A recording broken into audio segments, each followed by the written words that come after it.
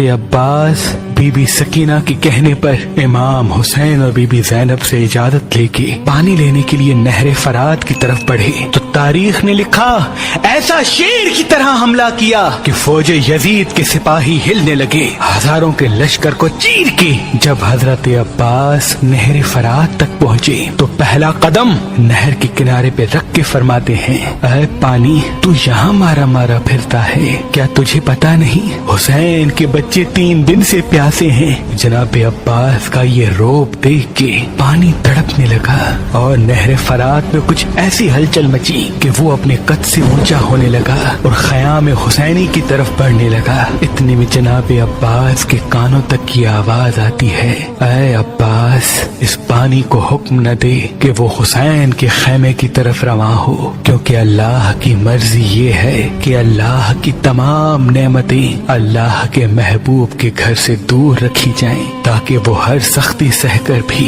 अल्लाह के दीन को बचाने में कामयाब हो। ऐ अब्बास, ये शुजाअत का इम्तिहान नहीं, सब्र का इम्तिहान है। जनाब अब्बास जैसे ही अपने बाबा के लहजे को महसूस करते हैं तो फरमाते हैं, ऐ मेरे बाबा, मैं तो अपने आका के बच्चों के लिए पानी लेने आया हूँ। फिर आवाज आती है, ऐ अब्बास, जो तू पानी मश्क में भर रहा है, ये पानी रसूल अल्लाह के बच्चों की प्यास नहीं बुझाएगा, क्योंकि जैसे ही तुम लश्कर की तरफ पलटोगे तुम्हें शहीद किया जाएगा।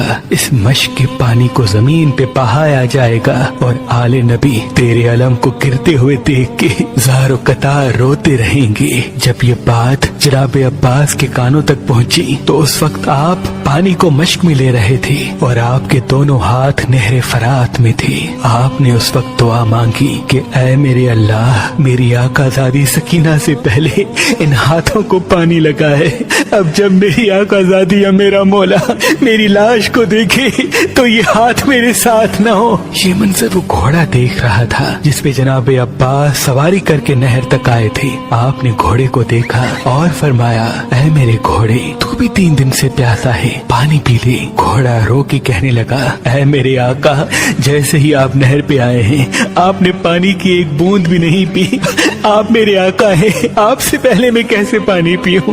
पहले आप पानी पिए, उसके बाद मैं पानी पीऊंगा। बस घोड़े ने जैसे ही ये कहा, जनाब अब्बास ने सकीना के खैमे की तरफ मुंह किया और फरमाया, ऐ मेरे घोड़े, जब तू अपने आका के बगैर पानी नहीं पीता तो मेरा आका हुसैन 3 दिन से प्यासा है, उनके बच्चे प्यासे हैं, मैं उनके बगैर कैसे पानी पीऊं? बस जनाब अब्बास मश्क को लेके जैसे ही खयाम की तरफ बढ़ते हैं तो फौज यजीद में ये आवाज बुलंद होती है कि चाहे कुछ भी हो, हुसैन के खैमों तक पानी न पहुँचे। चारों तरफ से जनाब अब्बास पे हमला किया गया और एक जालिम दरख्त के पीछे से छुप के जनाब अब्बास के बाजू पे वार करता है।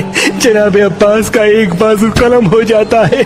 आप मश्क को अलम दूसरे बाजू में संभाल के तेज तेज खैमे की तरफ बढ़ते हैं। जब आपका दूसरा बाजू भी कलम हो जाता है, आप मश्क को अलम अपने मुंह में संभाल के तेज तेज खैमों की तरफ बढ़ ही रहे थे कि लश्कर ने तीरों की बारिश जनाब अब्बास पे कर दी। एक तीर जनाब अब्बास की आंख में लगा, कई तीर जनाब अब्बास के जिस्म में लगे और एक तीर जनाब अब्बास की मश्क में लगा।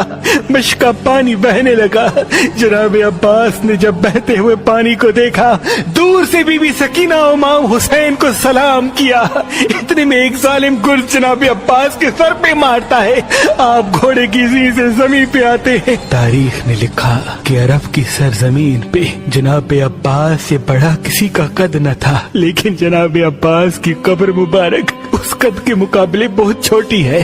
तो एक मर्तबा इमाम जाफर सादिक से पूछा गया कि ऐ नवासा रसूल, जनाब अब्बास का कद तो बहुत बड़ा था, लेकिन उनकी कब्र इतनी छोटी क्यों है?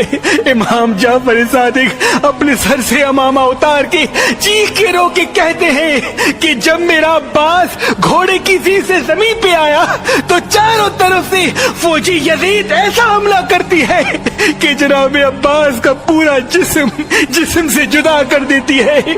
इमाम हुसैन जब जनाब अब्बास की लाश तक पहुंचते हैं तो उनकी लाश साबित नहीं होती, कहीं से जनाब अब्बास के बाजू चुनते हैं।